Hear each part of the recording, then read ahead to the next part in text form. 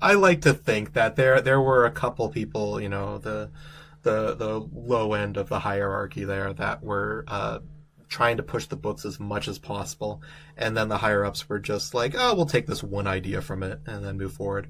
Like I imagine some of them said, "It's like you got to keep the correct titles, for the names of the episode."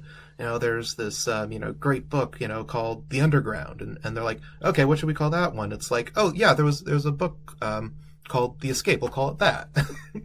In order of the production dates here, we have Season 1, Episode 3, The Underground, which is the last third of Book 1. Season 1, Episode 7, The Escape, which is the Oatmeal plotline. And then Season 1, Episode 13, and I love this dearly. Okay. Megamorphs 1, The Andalites' Gift, is only focused on Rachel's plot where she gets amnesia. And this one's almost certainly the weakest subplot of the book. Yeah. Oh, yeah. Definitely. This one's called The Forgotten, which is the that terrible Jake book in the Amazon. Right. That I loved so much as a kid. I loved that one as a kid too. It didn't hit me, in this recent reread of it. But boy, I don't know why I liked that as a kid. But I guess that comes back to the TV show too. So in rewatching this entire series, I think there's only one episode out of this entire run that I just don't enjoy watching, and that is the Forgotten, because there's nothing going on. It's just Rachel out in the woods. There's no things in the background to kind of pick out and make fun of or to look into, and she's just wandering lost for most of the time. Ugh. Okay, so you know what? I'm actually glad you brought that up because that's a good example. So in my head, if you've got a TV show where the crew sees the writing on the wall, it's not going to last long, it's going to get canceled. Maybe you take pride in your work, you're trying to do the best job you can, but realistically, you're going to make sure the actors can get out something resembling the line on the page and you point and shoot, right? So you'd expect a TV show that's short-lived, that's falling apart like that, to not have a lot of extraneous detail or not show a lot of careful planning. And the Forgotten episode is an example of that. Most of these episodes are not that. There is so much in the background. You know what? Oh yeah. Let's just go to it right now, man. There's not going to be a better point. Chapman's a ball fondler. Yes. Oh gosh. I had a loud, sustained, and undignified, visceral response on the Discord when you posted that picture during a voice chat. That's from the Not My Problem episode, which I'd never seen. Talk me through this scene, Dad. Oh gosh, it's a work of art, and this is something I totally skimmed by because, like I said before, this is one of my favorite episodes, and I can watch it unironically and just enjoy the heck out of it. And then one time, for context for everyone else, we're having a book discussion group where we're talking about Megamorphs 4, which, we had mixed feelings about, but generally liked. And I was going on and on about how much I love this episode.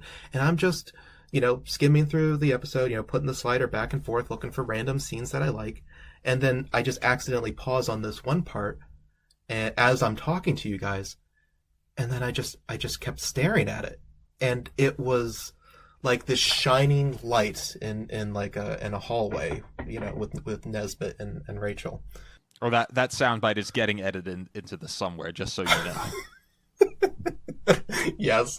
Oh gosh, it is the most beautiful thing I have seen in this show since the Andalite lasso, which is a fine scene, but I think this just takes it to a different level. Okay, yeah. So we have to explain what happens in this shot. Okay, oh, you're going. Jake is about to walk into Principal Chapman's office, not vice principal. Principal. He got promoted in the show. Okay, right. He walks into the office and he. No, sorry. Cut you off real fast. We're in an alternate reality. Jake's already a controller, and we know that. Like that's yes. The audience.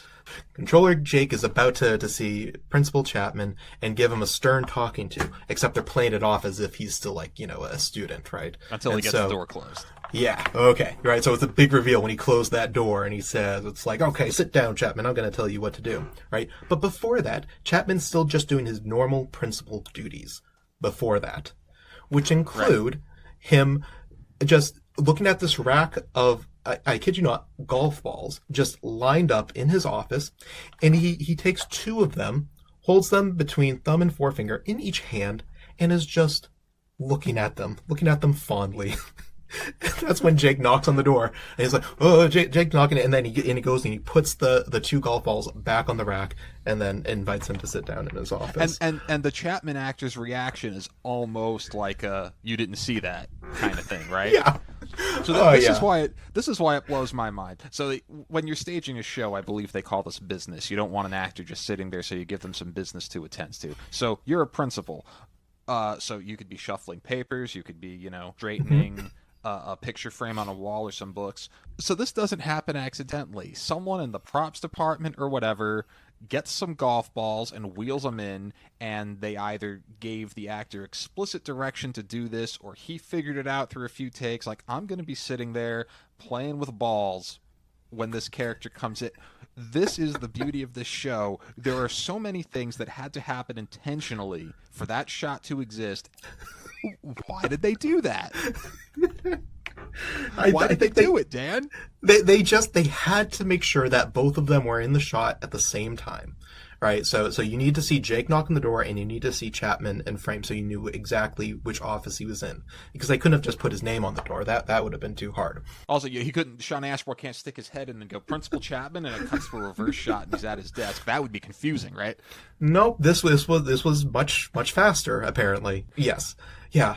Oh gosh, and I honestly think that this prop was already there to begin with. Someone just randomly saw it in some office space and wherever they were filming, and just said, "The heck with it, we'll keep it there." And I honestly think it was an actor's choice. I don't know the name of him, but the Chapman actor was just like, "Well, I got to be doing something. Yeah, I'll just look at the balls."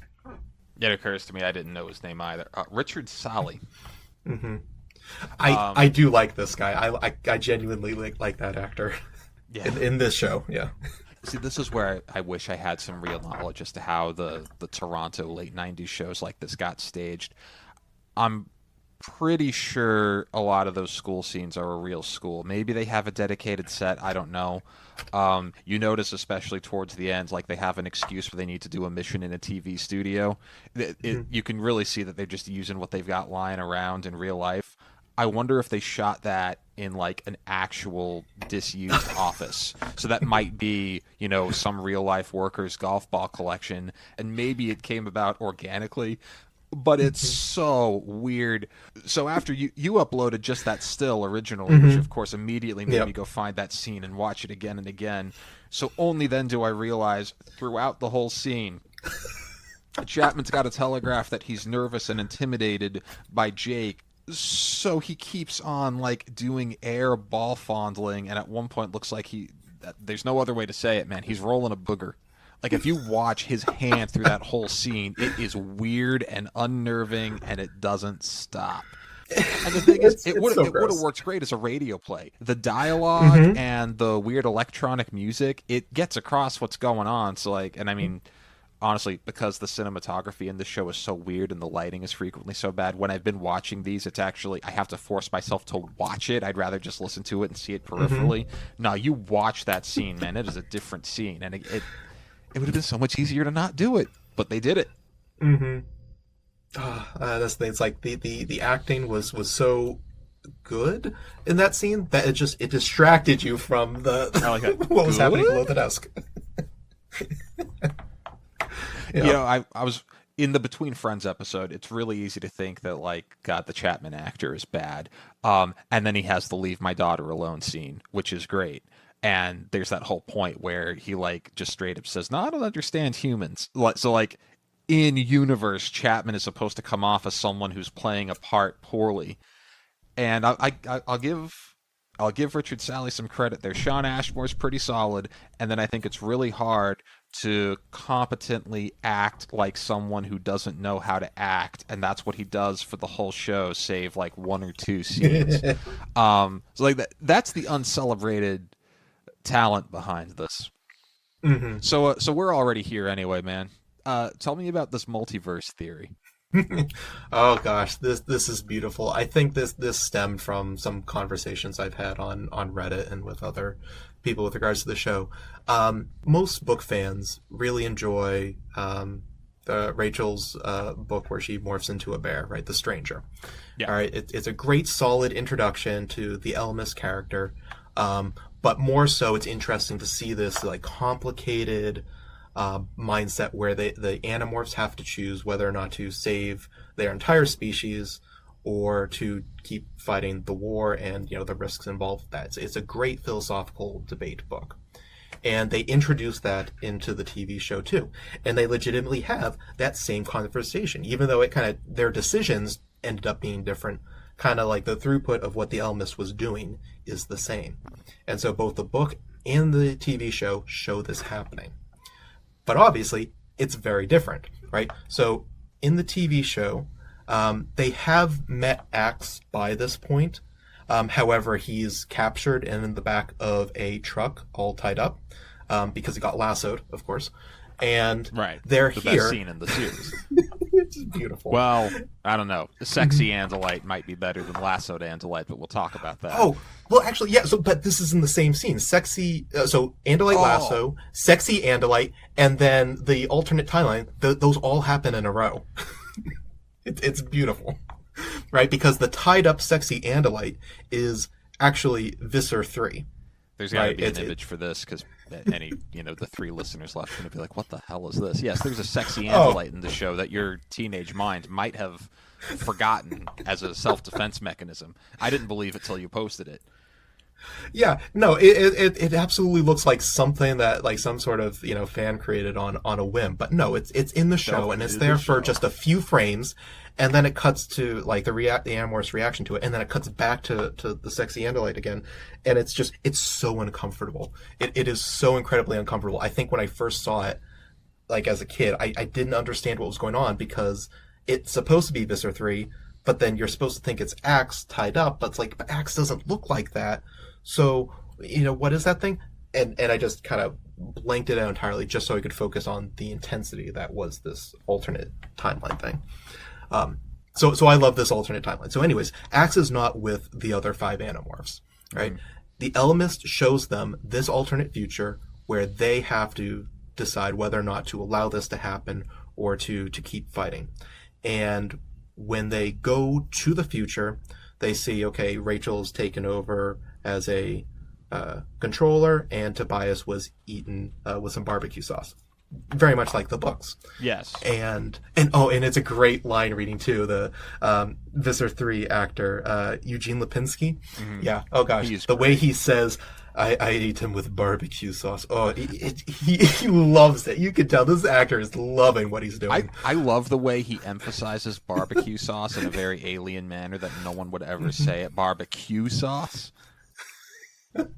Oh gosh, I'm gonna start saying that now. No one will know what I'm doing. Oh. But no, it's beautiful. So, so Visser 3 and Controller Rachel don't make any comment about the number of Animorphs there, right? There's 5 Animorphs there, and everything kind of seems normal from their perspective because Rachel had already seen this older Rachel had already seen this in her past. Right. Right. But then in the book series, right, they go to this future, they see future Rachel, who's like, I am so surprised to see that Andalite there. I don't know who the heck Axe is.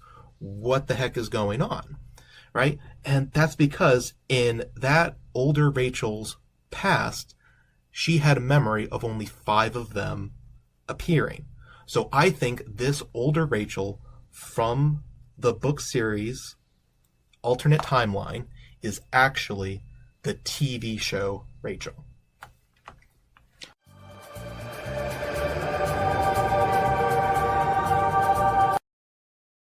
Wow. Yeah. Okay. Oh yeah. So this is super exciting. Most of these, I actually know your talking points in broad strokes. You've never covered this one for me, so I've got to pick up the pieces of my hemispheres. Yeah, I think this is all connected. It's part of this Animorphs multiverse, and I think like there's this like Russian nesting doll effect of universes in the Animorphs books, because whatever older Rachel from the TV show saw, like that's a different universe from what she experienced. right? Too. So there's another multiverse before that that was altered, due to Elmas shenanigans. And I think there's plenty of reasons to assume that this new ARG that started up in the fandom, what's it called? Sporadic Phantoms. Oh gosh, Yeah. This is brilliant. Like, this fits into the multiverse theory too, right? Because this is in an alternate reality where the Yeerks are invading Earth in our present day, and that there are some Animorphs, kind of around doing their thing. But this radio play is focused primarily on investigative journalists looking into the Yeerk conspiracy, and there are some fans who have gotten really into it and started emailing the sharing, all right, this in universe, real life sharing, and there was one person on the Reddit who asked them questions about Victor Trent, who, if you watch the TV show, that's the alias of Visser 3's human morph. The better alias, because of course in the books he is just... I don't remember. What is he in the books? His human alias in the books is Mr. Visser. Oh, God. Oh, that's right. Oh, Victor God. Trent is obviously 10 times better. Yes. Oh gosh. Yeah. One of a few examples of how the TV show did the nicknames and the aliases better than better than the books, because Axe's alias in the TV show is Max, which, duh, makes a lot more sense. In the books, he's just no. Yeah. Right. Okay. It's funny in the books for exactly one scene, because Marco instructs him explicitly to only answer yes or no. And then Marco's father, Peter in the books, Jeremy in the TV show, finds him and he just answers yes or no. So what's your name? No. Your name is no? Yes. It gets kind of strained. It really doesn't reflect well on Peter that, a few books later, he's like, yeah, so your friend No really has really caused a stir at work when they looked at his coding changes. Oh, it's beautiful. Yeah. And it's I don't think anyone really misses that joke from the books, because even Kay Applegate completely forgot about it when she got to the end of the series. And, Jeremy, or what's his name? Peter, or is it Jeremy? Peter. Oh, right, it's Peter in the books. I was so upset when Peter and Axe's human morph meet. Digression and spoiler for the book people. Yeah. But yeah, when Peter and Axe meet in 45 after Peter's been let in on the secret, and they're meeting explicitly to work on trying to repair a Z-Space communication module, that's how they met.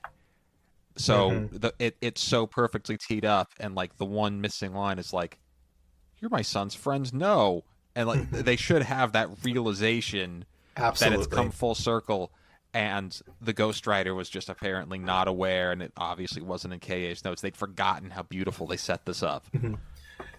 Absolutely. I was thinking, if the TV show were to continue its run and got to that final arc in the series, I think they would have had a scene where Jeremy was like, oh yeah, Max, I remember you. You liked my chili. He would have remembered. That brings me to one of my talking points I've just got to. Yeah, let's hear it. Yeah, this is a scene, actually, where I think it all works. The acting decisions, the little whimsical music, it's actually all appropriate for once. So in the books, Axe, using his Jake morph, shows up unexpectedly for dinner at Cassie's. Cassie's father has made chili, and it goes from there. In the TV show, they didn't cast a father for Cassie. You see her mother in one scene and never see her again. But they did have Marco's father, and in the book The Alien, Axe and Marco get some good interaction. So they just move it all over. Nope, it's Marco's dad who made the chili. That scene actually worked so well that I was surprised when we did the reread of the books over this last year, and I got to it and realized that that's not how it actually happened. He shows up at Cassie's, and it was kind of a trip because that had actually wormed its way into my memory, thinking that the chili scene, because I remembered the chili scene and I remembered the whole habanero chilies, the hottest substance known to man. I really thought that happened at Marco's house and not at Cassie's in the books, and it didn't. That scene just works. Oh gosh, I love how that's the only thing that stuck in your head while reading the books, because for me it's so sad because almost everything gets mixed up for me. I see these actors as the characters in the books when I'm reading. I'll go ahead and I'll ruin one more thing where Hmm. the TV show supplanted the books, and it actually messes with one of my own joke fan theories. So I have real fan theories and joke fan theories. The Hmm. joke fan theory that I'm most proud of is that Andalites can't land. All through the series, if an Andalite takes off, with one exception, and even the exception is notable, if an Andalite takes off, they will crash. Rereading chapter one, they can see that like Elfangor's ship has been battle damaged, but he actually does land in the construction site. I remembered him crashing. In the show, he crashes. Which, if you think Oh. about it, it makes a lot more sense. But no, I said chapter one. It's actually not in the invasion. It's like chapter three or Hmm. four. But it's close to the beginning. In the invasion, go find the scene where Elfangor actually arrives on Earth. It's a battle damaged craft, but it does land. It's not going to take off again, but he does not crash land, unlike in the TV show, which just makes so much more sense. Gosh, I didn't even pick that up. Yeah, How did the graphic novel do it? I think it lands in the graphic novel. Yeah. That brings me to another like interesting question. Again, where they clearly paid attention to book details and then threw them away in other places, and Hmm. I don't know why. It would have been easier to just all do one or the other. We've already made it clear they read the Andalite Chronicles, or someone on the creative team read at least a bit of the Andalite Hmm. Chronicles, and that has a sketch of an Andalite ship on the cover. The ship that you see for 2 seconds in late '90s CGI in the show Hmm. doesn't look anything like that. That doesn't really surprise me. But they did the Blade ship, and by the way, there had not none of the Animorphs covers or anything have an official drawing of a Blade ship. So someone knew it was called a Blade ship, had a rough description, and made a vaguely acceptable CGI model of that. They had an actual official sketch of an Andalite fighter. They ignored that and made something else. Why? I don't understand. Like, this makes sense, right? If they didn't have the model from the books, they would make their own. And if you're making your own for this thing, just make them for everything else. Uh, I really feel like there's a lot of people that were very dedicated on that crew, and they only had a limited say, right? So they did their work, they did their part, and then everyone else just kind of they were just looking for a It paycheck. was one big college group project. Oh, that's absolutely. On the one hand, that's sad, but on the other hand, that's so identifiable that I kind of find it endearing. Oh gosh, I would do anything to go back in time and just work on this crew, just to see that all play out. Ugh.